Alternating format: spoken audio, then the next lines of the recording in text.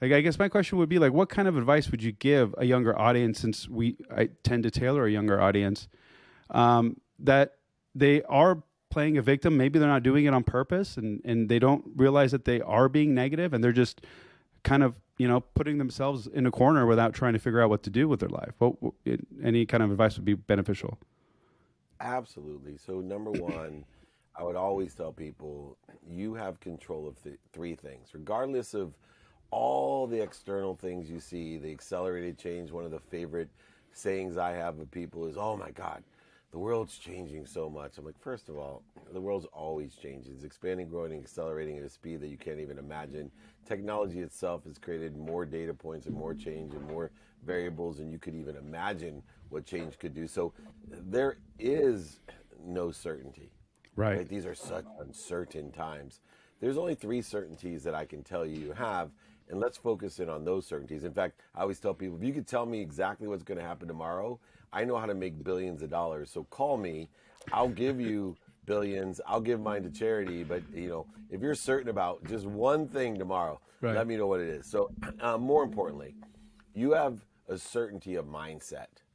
You change the way you see things, the things you look at will change, I promise you. And so I help people put attention and intention of their mindset on the coincidences that they want.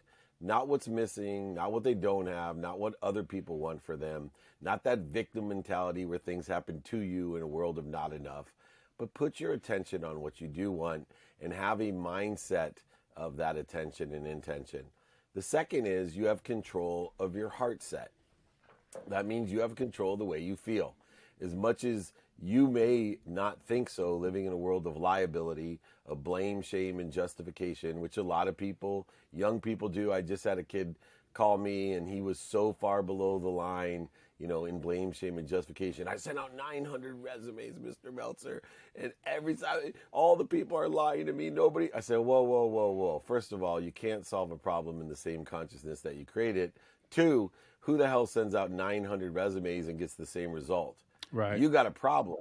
You got to take control of your mindset and your heart set here, brother. We got to only deal with the common denominator of the 900 resumes and all the people that are lying to you, overselling to you, manipulating and cheating you in your opinion.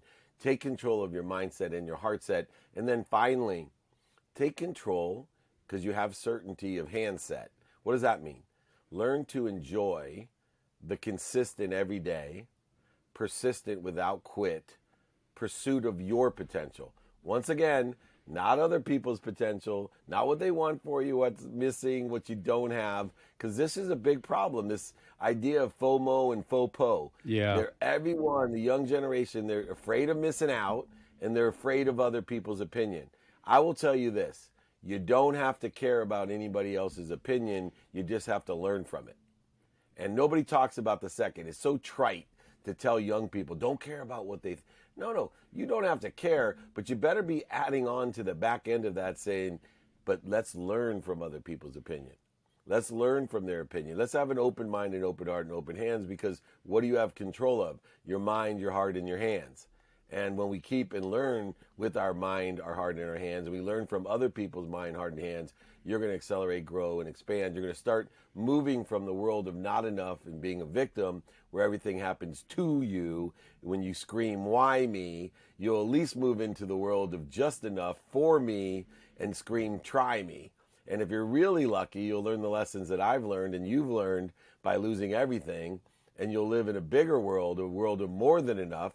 You'll move from that world of buying things you don't need to impress people you don't like, and I'll take on the world where you got to go get happy, healthy, wealthy, and worthy, and all of a sudden you'll move to a world of more than enough, where you already are happy, healthy, wealthy, and worthy. You have figured out what you're doing to interfere with it. You don't got to go get it. So those are the three worlds that are controlled by what you have certainty in: your mindset, your heart set, and your hand set. That is beautiful. I've never heard it portrayed that way, especially that second part. Because I hear a lot people say, well, don't care what people think. Okay, then what? Okay, right, exactly. That's exactly what I thought. You tell that to my 20-year-old daughter. You tell that to her. You tell that to these teenage kids. Too. Yeah. Tell it to your wife. Tell it to your wife. Oh man, that is ridiculous. It's just like, man, you need Yeah, some. learn from what they're saying. Yeah, Yeah, learn. yeah, and so I guess that leads me to my next question. Like, how, what is it that like keeps this blockade, this mental block from people that like? Because I've seen like people that have, my family and friends and people that have been around. Like I've seen people come from absolutely nothing and create whatever success means to you, but they've been able to create worlds of success. And I'm like, these guys had nothing. Like they came from another country and they were able to just bleed and work their butts off. I don't think like the thought of like insecurity or negative self-talk or I can't do this ever crossed their mind. Like versus here we are, we're in a state of, I don't know, are we just too comfortable? Are we just bored? Do we have too much going on? Is it too easy? Do we live in a world where it's just so easy that we have a hard time trying to find something to push us forward? It's interesting. I think it deals with the 5 levels of intention. And it does deal with some of the ease that exists. Remember, we are at ease, and we create our own dis-ease, and we Yeah. create the interference via ego-based consciousness for ourselves. Yeah. And the 5 levels of intention are, yes, it's much easier to do things today, right? I mean, just take what we used to have to go through when we were young to get food. Yeah. Think about how difficult it was to deposit your check. To get money. Think about how hard it was just to get money. Think how hard it was Yeah. to make a long distance phone call, Oh yeah. right? To communicate with someone. Yeah. So to copy something. I can go through a list and list. So yes, we are more at ease. And what happens is because we can do things with more ease, we somehow think it's going to impact the other 4 levels of intention that create this fulfilling, passionate, purposeful, and profitable inspiration, not just motivation, right? Motivation is short term. Motivation gets you up, gets you started, gets you back started, gets you back up. Very important, by the way, but you can't live your life motivated. You'll burn out. It's a soul sucker because it's fear-based most of the time. Motivation stems from some sort of fear. But inspiration lasts a lifetime, and it'll get you all the way there because it deals with 5 levels of intention. Not just doing things at ease, but saying the positive things. You see, you talked about earlier, the young people are saying the wrong things, the wrong inner talk, the wrong outer talk. And so not only do you have the first level of intention that we do things at ease today, but we have to say things. We have to cancel, the negative talk. No more attacks on other people. No more judgments and conditions. We have to say the right things. Then on top of saying the right things, we could take the 3rd level of intention, which is to think the right things. I actually have a system called Cancel, Clear, and Connect. It's in my book, Connected to Goodness, which, by the way, I will be happy to sign a copy, pay for the copy, pay for shipping, and send it to anyone in your audience. So, put in the notes. Thank you so much. David@dmeltzer.com. Yeah, David@dmeltzer.com. Put in the notes. I will pay for it all myself because I want you to learn how to think with intention, right? Power of Intention, Wayne Dyer. Think and Grow Rich, Napoleon Hill. Michael A. Singer, Surrender Experiment. All will teach you not just to do at ease, to say with ease, but to think at ease, connected to and through this omniscient, all-power source. But there's a 4th level of intention, which Napoleon Hill really gains into, which is believe. See, if everything's at ease when you do it, then you're just assuming you're saying at ease, thinking at ease, and believing at ease. Well, it doesn't work that way. These are different levels, different frequencies that have different powers.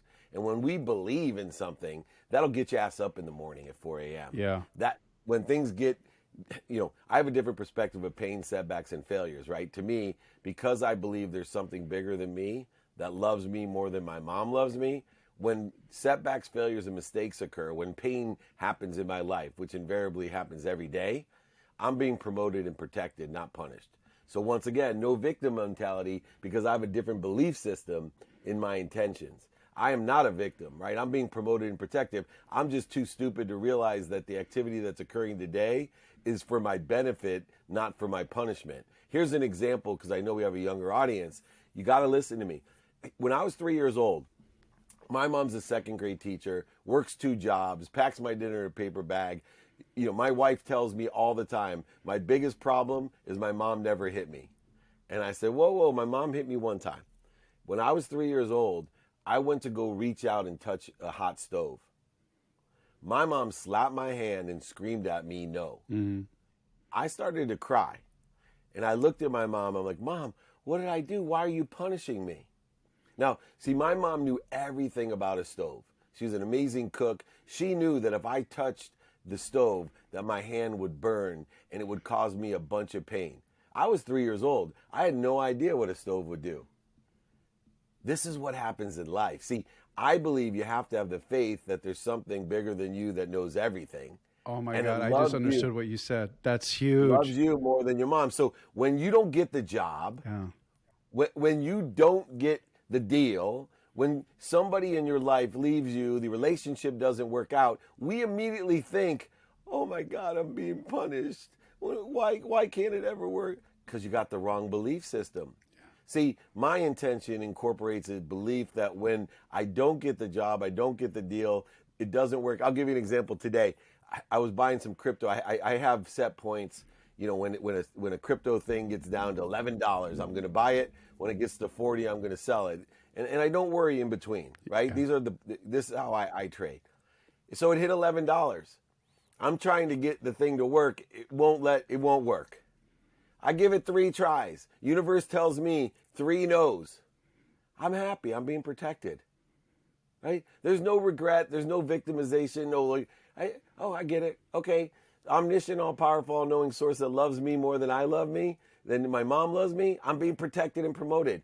This is the belief. And then finally, what happens if you consistently and persistently pursue your potential in this manner with doing at ease, saying at ease, thinking at ease, and believing at ease, you now feel at ease. What is feeling at ease? Inspiration, in spirit, in theos, enthusiasm, energetic. You have cleared the interference between you and the almighty, all-knowing, omniscient, all-powerful light that comes through you for others. This is the secret to life. What I want people to know is you are already happy, healthy, wealthy, and worthy. Stop interfering with it, with this victimized mentality. Utilize the 5 levels of intention. Do the right things, say the right things, think the right things, believe the right things, and feel that inspiration, that confidence, that flow that allows you to be at your best, your potential. Can they learn all of this from your book, or is there like a specific program? Okay. Yeah, I got exercises, but it'll be in my book. And look, email me, man. I got free trainings every Friday. Everything I do is for free. I'm here to empower people. Wonderful. I'll make sure I have that all listed out in the description. And your book, is it on Amazon or is there a specific website? Yeah, they're all on Amazon if you want to buy them, but I'll give them to you for free. Beautiful. Too. I got four books: Connected to Goodness, Creating the Life You Love with Jack Canfield, who wrote Chicken Soup for the Soul. Yeah.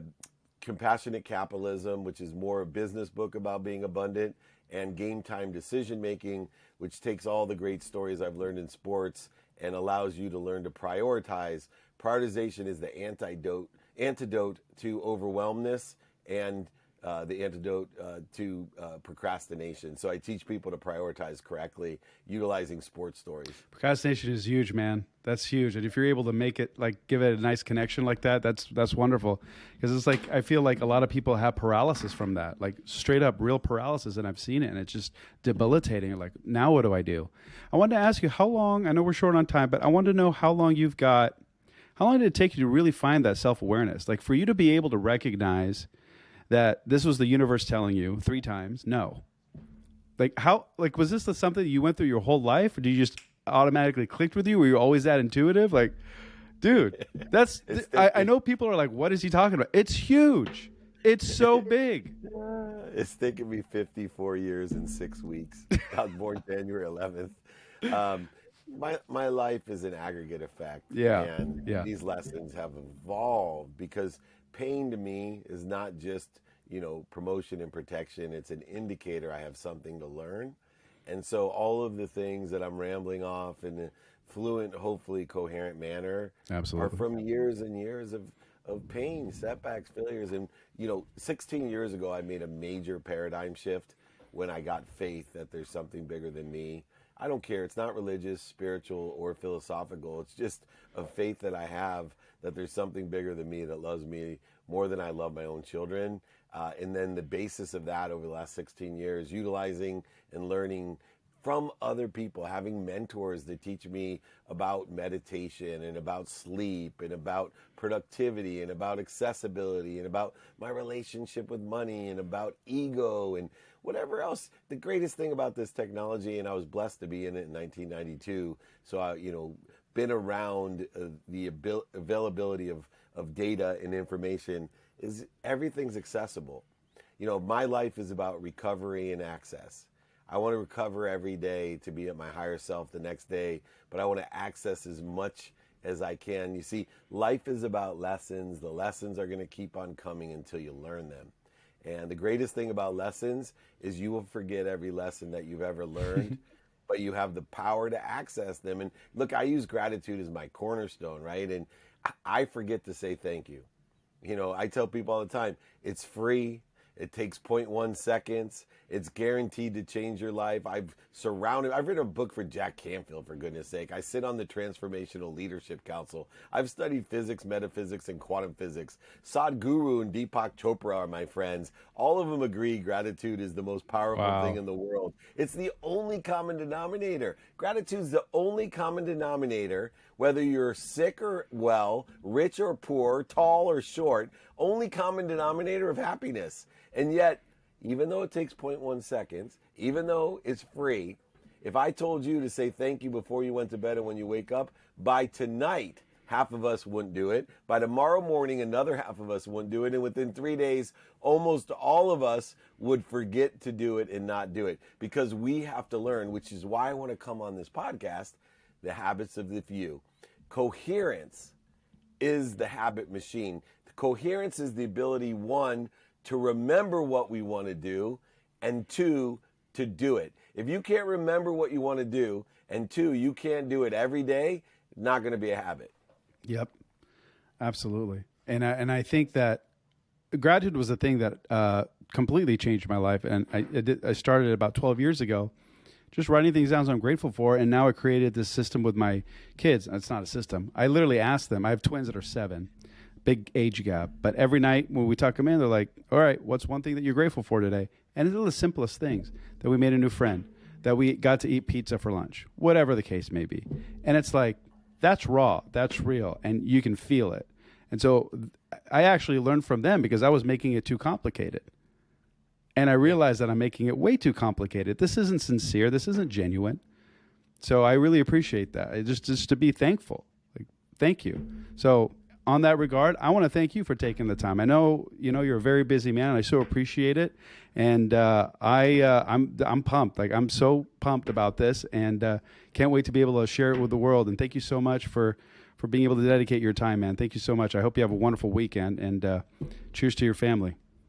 Thank you, everyone. Remember, reach out to me, David@𝗦𝗢𝗍𝗏.com. But most importantly, be kind to your future self. Simply do good deeds. I appreciate being here. Thank you for your time. I'll do it again. Mo, take care of yourself. I look forward to doing it again soon. Thank you, brother. Anytime. Thank you. Thank you. Take care, guys. Bye.